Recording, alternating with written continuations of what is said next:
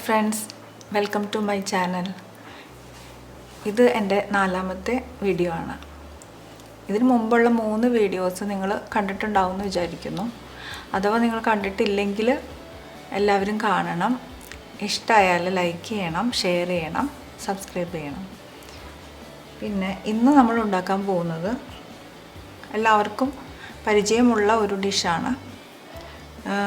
നമുക്ക് പൈനാപ്പിൾ കാളനാണ് ഉണ്ടാക്കാൻ പോകുന്നത്. പൈനാപ്പിളും പിന്നെ ഏത്തപ്പഴവും ചേർത്തിട്ടുള്ളത്, രണ്ടും കൂടി ഉള്ളതാണ്. അപ്പോൾ അതിന് വേണ്ട ഇൻഗ്രീഡിയൻസ്: തേങ്ങ അര കപ്പ് തേങ്ങ വേണം. അര കപ്പ് എന്ന് പറയുമ്പോൾ അരമുറി. ചെറിയ തേങ്ങയാണെങ്കിൽ ഒരു ഇത്തിരിയും കൂടി കൂടുതൽ എടുക്കേണ്ടി വരും. പിന്നെ കുരുമുളക്, ജീരകം, പച്ചമുളക്, വേപ്പില. ഇത് എല്ലാം നമുക്ക് അരച്ചെടുക്കാനുള്ളതാണ്. പിന്നെ വേണ്ടത് താളിക്കാനുള്ളത്, ഉണ്ടാക്കിയതിന് ശേഷം താളിക്കാനുള്ളത് കടുക്, വേപ്പില, വറ്റൽമുളക്, പിന്നെ ഉലുവ വറുത്ത് പൊടിച്ചത്. ഇത്രയും സാധനങ്ങളാണ് നമുക്ക് വേണ്ടത്. 1.5 കപ്പ് തൈരും നമുക്ക് ആവശ്യമുണ്ട്. അധികം പുളിയില്ലാത്തത്, അധികം പുളിച്ച തൈര് വേണമെന്നില്ല. ഏത്തപ്പഴം ചെറിയ കഷ്ണങ്ങളാക്കി നുറുക്കി എടുത്തിട്ടുണ്ട്. നടുക്കുള്ള കുരു കളഞ്ഞിട്ട് വേണം എടുക്കാനായിട്ട്. ഇനി ഇത് രണ്ടും, ഈ പൈനാപ്പിളും ഏത്തപ്പഴവും നമ്മൾ ചേർത്തിട്ട് വേണം വേവിക്കാനായിട്ട്. ഒരുമിച്ച് ചേർത്ത് വേവിക്കണം. മിക്സിയുടെ ജാറിൽ നമുക്ക് ഇതെല്ലാം അരച്ചെടുക്കണം.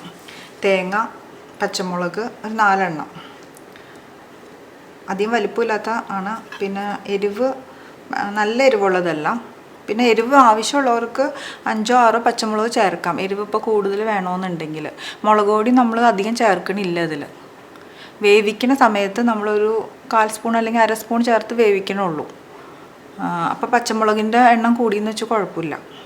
പക്ഷേ ഇവിടെ കുട്ടികൾക്കൊക്കെ കൊടുക്കണമെങ്കിൽ അവർക്ക് എരിവ് കുറച്ച് മതിയല്ലോ. അപ്പോൾ അതുകൊണ്ട് 4 എണ്ണം ഞാൻ എടുത്തിട്ടുള്ളൂ. പിന്നെ കുരുമുളക്, ഇതൊരു 1/4 സ്പൂണാണ്, ടീസ്പൂണാണ്. 1/4 ടീസ്പൂൺ കുരുമുളക്, 1/4 ടീസ്പൂണ് ജീരകം. 1/2 ടീസ്പൂൺ ആയാലും കുഴപ്പമില്ല, ജീരകം കുറച്ച് കൂടുതലായാലും കുഴപ്പമില്ല. കുരുമുളക് നമുക്ക് എരിവ് വേണ്ടവർക്ക് കുറച്ചും കൂടി കൂട്ടിയെടുക്കാം, അല്ലെങ്കിൽ കുറച്ചെടുത്താൽ മതി. പിന്നെ വേപ്പില 2 എണ്ണം അരയ്ക്കാൻ വേണ്ടി. അപ്പോൾ നമുക്കിത് അരച്ചെടുക്കാം, അരച്ച് മാറ്റി വെക്കാം. എന്നിട്ട് വേവിച്ച പൈനാപ്പിളിലേക്ക് ഇത് ചേർക്കണം, മിക്സ് ചെയ്യണം. അപ്പോൾ നമ്മളിത് വേവിക്കാൻ വെച്ചേക്കാണ്. മഞ്ഞൾപ്പൊടി 1/4 ടീസ്പൂൺ ചേർത്തു. ഒരു ഗ്ലാസ് വെള്ളം ഞാൻ ചേർക്കുന്നുണ്ട്.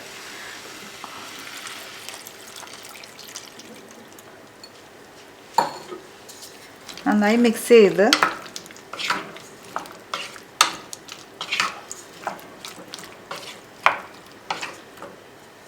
ഒരു ടീസ്പൂൺ ഉപ്പ് ചേർക്കുന്നുണ്ട്. നന്നായിട്ട് മിക്സ് ചെയ്തിട്ട് നമ്മൾ മൂടി വെച്ചാണ് വേവിക്കുന്നത്. മൂടി വെച്ച് നമുക്ക് മീഡിയം ഫ്ലെയിമിൽ വേവിച്ചെടുക്കണം. അപ്പോൾ ഒരു 20 മിനിറ്റ് എന്തായാലും, 15-20 മിനിറ്റ് എന്തായാലും വേവാൻ വേണ്ടി വരും. നന്നായിട്ട് വേവണം, നന്നായിട്ട് വെന്ത് പഴമൊക്കെ നന്നായിട്ട് ഉടഞ്ഞിരിക്കണം. അപ്പോൾ സമയം ഇത്തിരി കൂടുതലായാലും കുഴപ്പമില്ല, അതനുസരിച്ചിട്ട് വേവിച്ചെടുക്കാം. അതിനുശേഷം നമുക്ക് അരപ്പ് ചേർക്കണം. നമ്മൾ അരച്ചെടുത്ത അരപ്പാണിത്. നന്നായിട്ട് അരയ്ക്കണം. വെള്ളം കുറച്ച് ചേർത്ത് അരച്ചതാണ്. ഒരു 1/2 കപ്പ് വെള്ളത്തോളം ചേർത്ത് അരച്ചതാണ്. പക്ഷെ നന്നായിട്ട് അരയ്ക്കണം. ഫ്രഷ് തേങ്ങയാണ്, നമ്മൾ ചിരണ്ടി എടുത്ത തേങ്ങയാണ്, ഫ്രിഡ്ജിൽ നിന്ന് എടുത്ത തേങ്ങയല്ല. എപ്പോഴും ഫ്രഷായിട്ട് എടുക്കുന്നതാണ് എപ്പോഴും നല്ലത്. ഇനി ഈ അരപ്പ് നേരെ നമ്മൾ കറിയിൽ ചേർക്കാൻ, അതിൽ പൈനാപ്പിളിൽ ചേർക്കാൻ പാടില്ല. ഇത് നമ്മളൊന്ന് ചൂടാക്കണം, വെളിച്ചെണ്ണയിൽ ഒന്ന് വഴറ്റണം. അതിന് പാൻ ചൂടായിട്ടുണ്ട്. പാനിൽ നമ്മൾ ഒരു 4 ടേബിൾ സ്പൂൺ വെളിച്ചെണ്ണ ഒഴിച്ചു.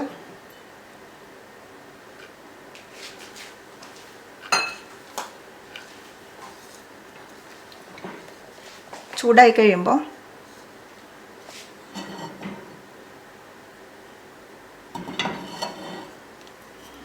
നമ്മൾ ഈ അരപ്പ് ഒന്ന് വഴറ്റിയെടുക്കണം.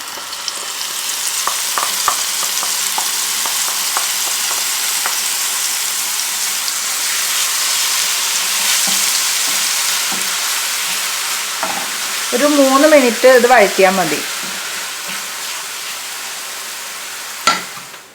പൈനാപ്പിൾ നന്നായിട്ട് വെന്തിട്ടുണ്ട്. പഴം നന്നായിട്ട് വെന്ത് ചേർന്നിട്ടുണ്ട്. പഴം അങ്ങനെ കാണാൻ പറ്റില്ല, നമുക്ക് വെന്ത് നന്നായിട്ട് ഉടഞ്ഞിട്ടുണ്ട്.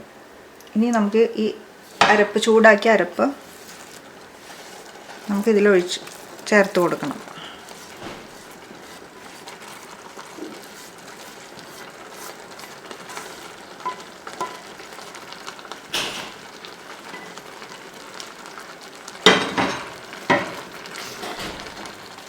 നന്നായിട്ട് മിക്സ് ചെയ്യാം.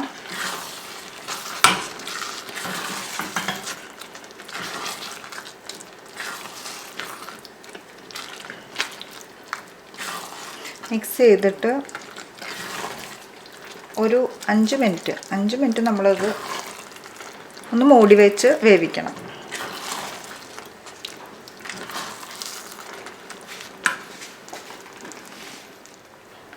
ഇനി നമ്മൾ തൈര് ഇതിൽ മിക്സ് ചെയ്യണം. തൈര് നന്നായിട്ട് മിക്സ് ചെയ്യണം. തൈര് ചേർത്തതിന് ശേഷം ഒരുപാട് തിളപ്പിക്കണ്ട. ജസ്റ്റ് ഒന്ന് ചൂടായി വരുമ്പോൾ തന്നെ ഓഫ് ചെയ്യാം. ഈ തൈര് നമ്മൾ ഒരു 1.5 കപ്പാണല്ലോ എടുത്തിരിക്കുന്നത്. അപ്പോൾ അതിൽ 1.5 കപ്പ് എന്നുള്ളത് ഇത്തിരി കൂടിയാലും കുഴപ്പമില്ല, പക്ഷെ അതിൽ കുറയരുത്. തൈര് കുറഞ്ഞു കഴിഞ്ഞാൽ ടേസ്റ്റ് കുറയും. ഇത്തിരി കൂടിയാലും ടേസ്റ്റ് നന്നാവുള്ളൂ. നന്നായിട്ട് മിക്സ് ആയിട്ടുണ്ട്.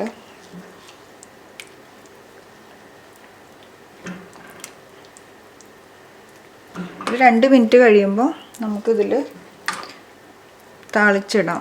വെളിച്ചെണ്ണയിൽ കടുക് പൊട്ടിച്ച് താളിച്ചിടാം. ഉപ്പൊന്ന് നോക്കണം. ഉപ്പ് പാകത്തിന്, അല്ലെങ്കിൽ കുറച്ച് ഉപ്പ് ചേർത്ത് കൊടുക്കണം.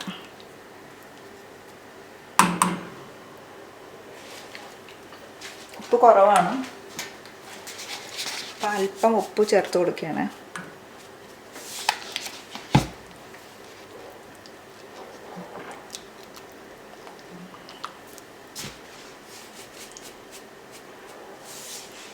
ഉപ്പ് ആവശ്യത്തിന് നോക്കിയിട്ട് ചേർത്ത് കൊടുക്കണം.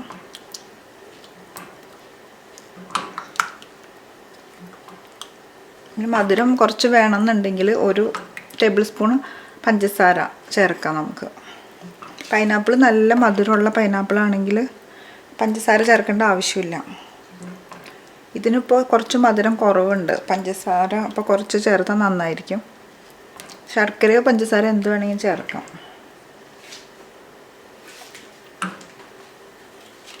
ഞാൻ ഒരു ടേബിൾ സ്പൂണ് പഞ്ചസാര ചേർക്കുന്നുണ്ട്.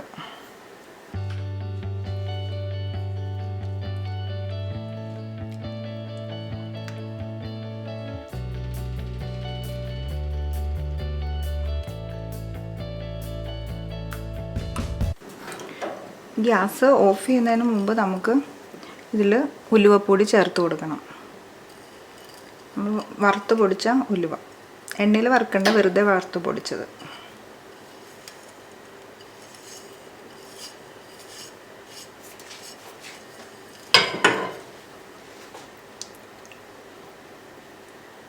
നന്നായിട്ട് മിക്സ് ചെയ്യാം.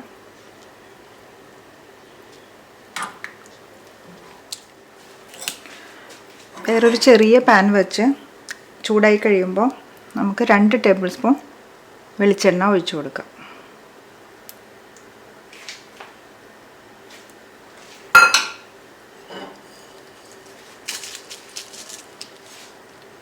ചൂടായിട്ടുണ്ട്. എണ്ണ ചൂടായി കഴിഞ്ഞു. ഇനി നമുക്ക് കടുക് ഇട്ട് കൊടുക്കാം.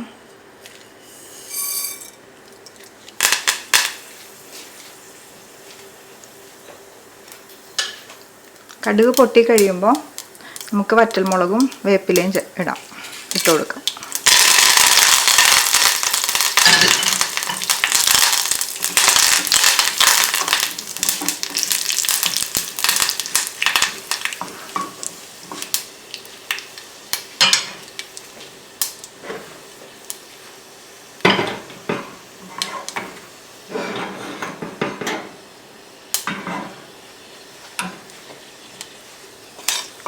താളിച്ചത് നമുക്ക് ഇതിലേക്ക് ചേർത്ത് കൊടുക്കണം.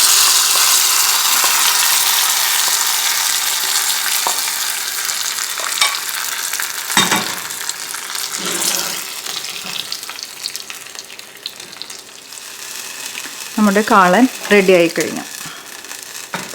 ഇത് കുറുക്ക് കാളനാണ്. ഇത് 2-3 ദിവസമൊക്കെ നമുക്ക് കേടാവാതിരിക്കും. 2 ദിവസം പുറത്ത് വയ്ക്കാൻ പറ്റും. നല്ല ചൂടുള്ള ക്ലൈമറ്റിൽ ഇരിക്കില്ല. ചെറിയ ചൂടൊക്കെ ആണെങ്കിൽ കുഴപ്പമില്ല, പുറത്തിരുന്നോളൂ. അല്ലെങ്കിൽ ഫ്രിഡ്ജിൽ വയ്ക്കാം, ഒട്ടും കേടാവില്ല. അപ്പോൾ എല്ലാവരും വീഡിയോ കണ്ട് ഇഷ്ടമായെങ്കിൽ ലൈക്ക് ചെയ്യണം, ഷെയർ ചെയ്യണം. പിന്നെ എല്ലാവരും ഇത് ഉണ്ടാക്കി നോക്കണം. ഉണ്ടാക്കി നോക്കി അഭിപ്രായങ്ങളൊക്കെ പറയണം.